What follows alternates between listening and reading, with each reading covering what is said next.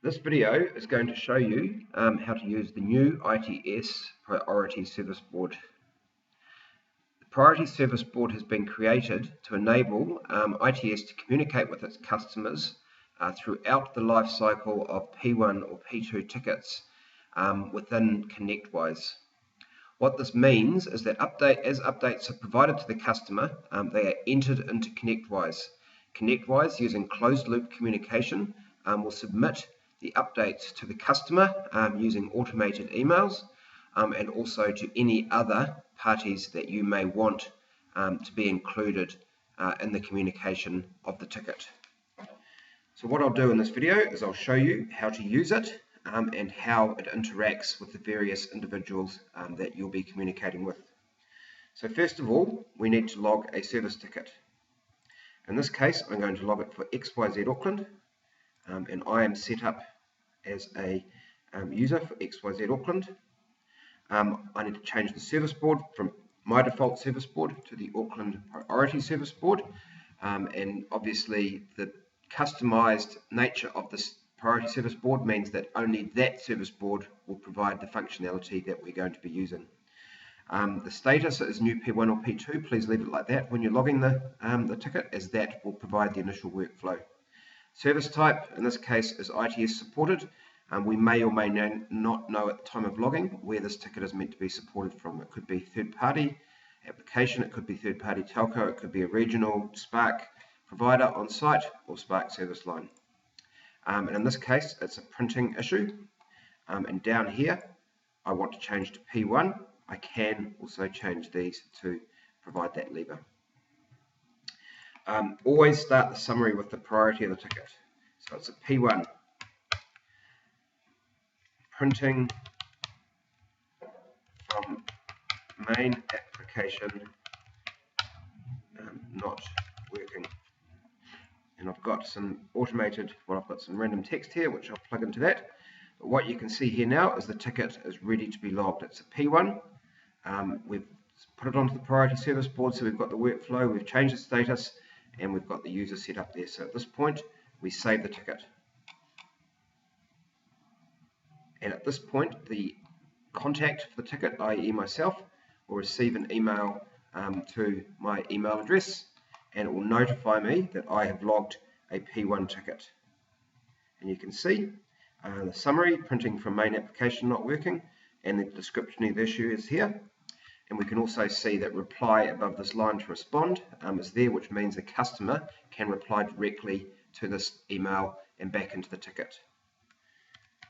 And in this case, please communicate using closed loop, as it is an effective way of driving a ticket. Okay, I'll send that back. And as you'll see when I go back into ConnectWise, is we will have that update from the ticket. So now what you can see so far is that we've logged a ticket.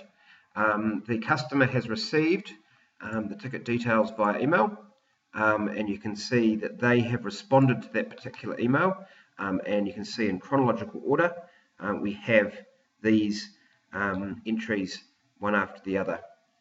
Now, one of the other important things about using the closed loop or using ConnectWise to provide updates is that our P1 board is now automated using live ConnectWise data.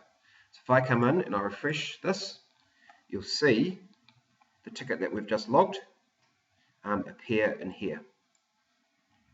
And 183.184 P1 XYZ Auckland printing from main application was logged at 11:18, which is 1 minute ago.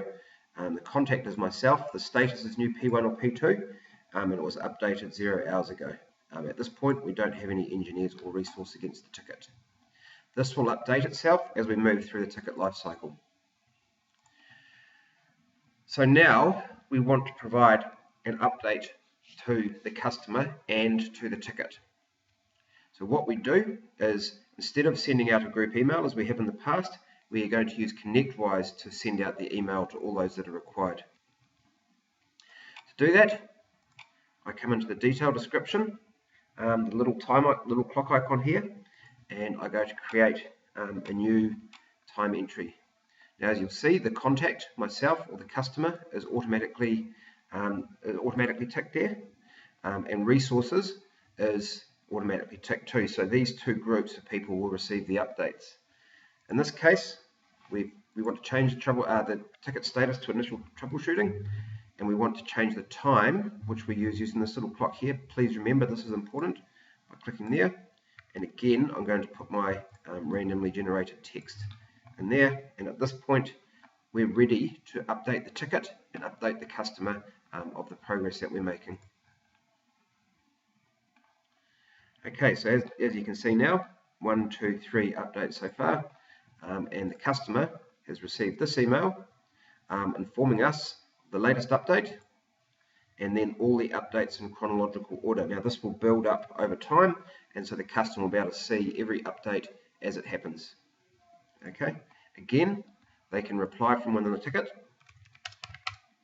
Still not working, and we will record the exact time that they came back to us in ConnectWise via closed loop. This is still not working. Okay, at this point, we want to go and say that we've identified the trouble, identifies the cause of the problem. Come in here, cause identified, change the little clock to 11:22. We have identified the issue. A cable was loose on the server. Okay, we save that. Again, the customer will receive the update.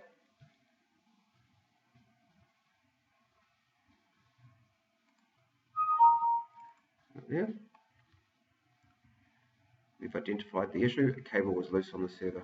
Okay. Now, we also, in this case, wanted to CC in a third party or some other people. And in this case, let's say it's Louis' code. Actually, let's say it's my test account. Spark test user. We put him in there, and now he will be involved in all communications as they go backwards and forth. And ConnectWise will ask you if you want this person here to be part of the ticket of the closed loop communication. And in this case, would you like to update the email address and the CC in the ticket for future communication? The answer to that is yes.